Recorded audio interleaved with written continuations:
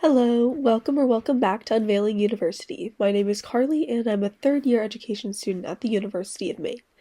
Today we'll be talking about taking a winter course. It's a great option to help you catch up or get ahead in between semesters, but it can be pretty intense in terms of the workload. At UMaine, winter session is usually about 3 weeks and starts the Monday after Christmas and goes until usually the Friday before school starts up again. In this case, my winter class actually has a final the day that we get back, so I'll have to extend my winter course a little bit longer. Um, Students at UMaine are usually only allowed to take 4 credits during winter session, which is strange because pretty much every course that is offered is worth 3 credits.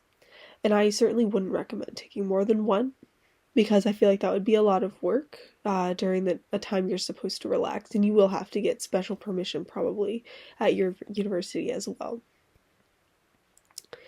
I'm taking my second winter course over this break. My freshman year, I took educational psychology, and this year I'm taking an introductory statistics course. Um, at UMaine, all of the coursework is online during winter session so that any student can do it and still be able to travel home.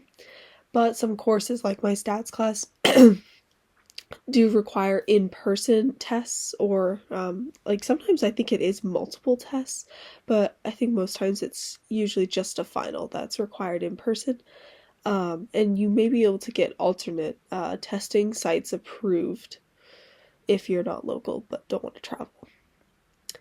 So next I'll take you on a quick tour of my work so you can get a general idea of the workload involved in a winter's course. I know that this is going to be specific for my stats course, but I think it should give you an idea of how heavy of a workload you can expect.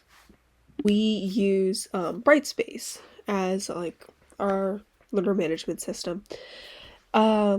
So pretty much everything is usually on a Brightspace page, but the way that this course is set up is that most of it, except for the syllabus and daily announcements about what work we're expected to do, is on Pearson, which is the textbook and like homework system that's used for this math course and quite a few other math courses that I've taken, including Calc 1 and Calc 2. So I'll take you through the syllabus first. So I think the most important parts to note on my syllabus is to look at this here, all the different course chapters that we're covering. So we are covering 1, 2, 3, 4, 5, 6, 7, 8, 9 chapters. Not all of the sections, I don't think. Like some of them are really short. Like here, there's only 2 sections and a lot of the last few. And there's also a quiz that goes along with it, which I think is noted here. So this is right here the workload for each week, because that's how my teacher has set it up, that we do however many sections each week by Sunday. Some other courses, I think that my educational psychology class had like 2 assignments typically due in a week. I think we took like quizzes and had to like do more of a writing assignment. It does definitely depend on the course you're taking and the teacher if they assign something that's turned in like every day, or if you have 2 assignments due in a week, or if it's just like a big bunch of assignments due once a week, like mine. Yeah, and then just a little few notes about the final. So now I'll take you to where we're actually doing all the work. Might take a second to load because it's been pretty slow so far. Yeah, I guess I can talk a little bit about our textbooks at UMaine. This just gets automatically charged to my account. It is $100, which kind of sucks for just a few weeks. But it didn't seem like you could even get a free trial for it.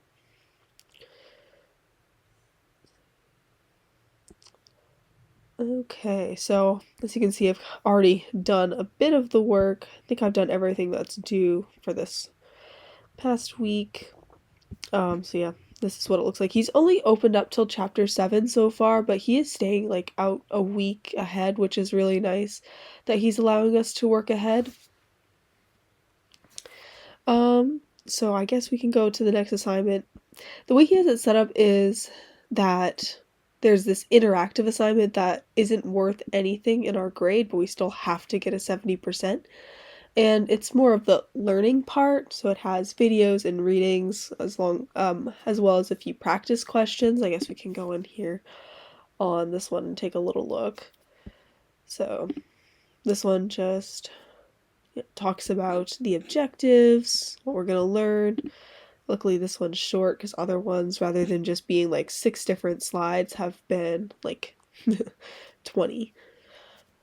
So yeah, it just has like a little video and definitions, some examples, and a lot of different ways to look at them. And then, yeah, there's a question to check for your understanding.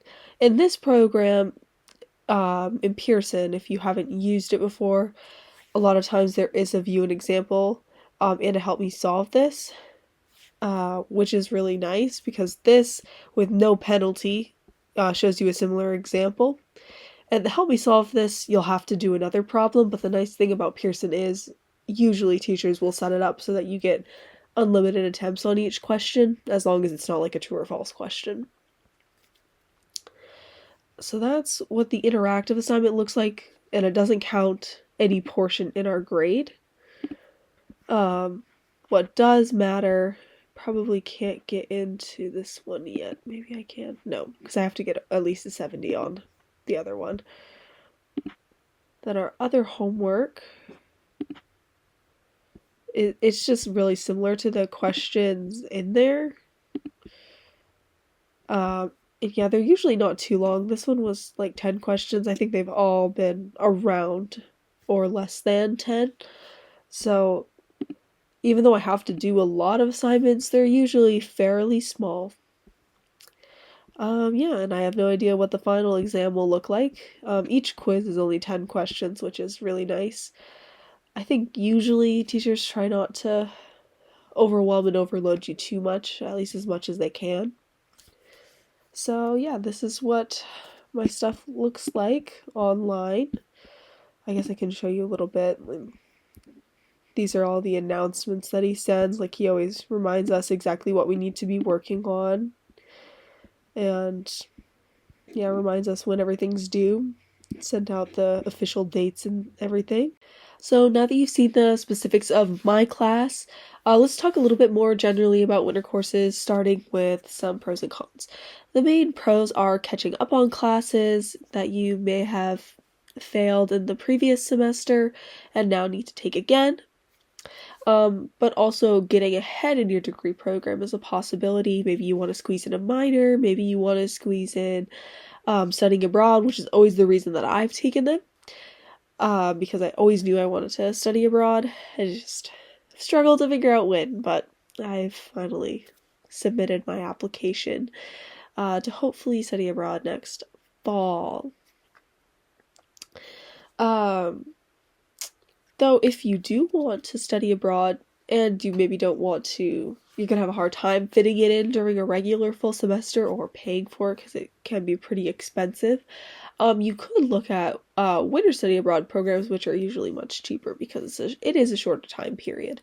But I think it could be really fun to spend like the Christmas season in a different country because a lot of them have cool traditions.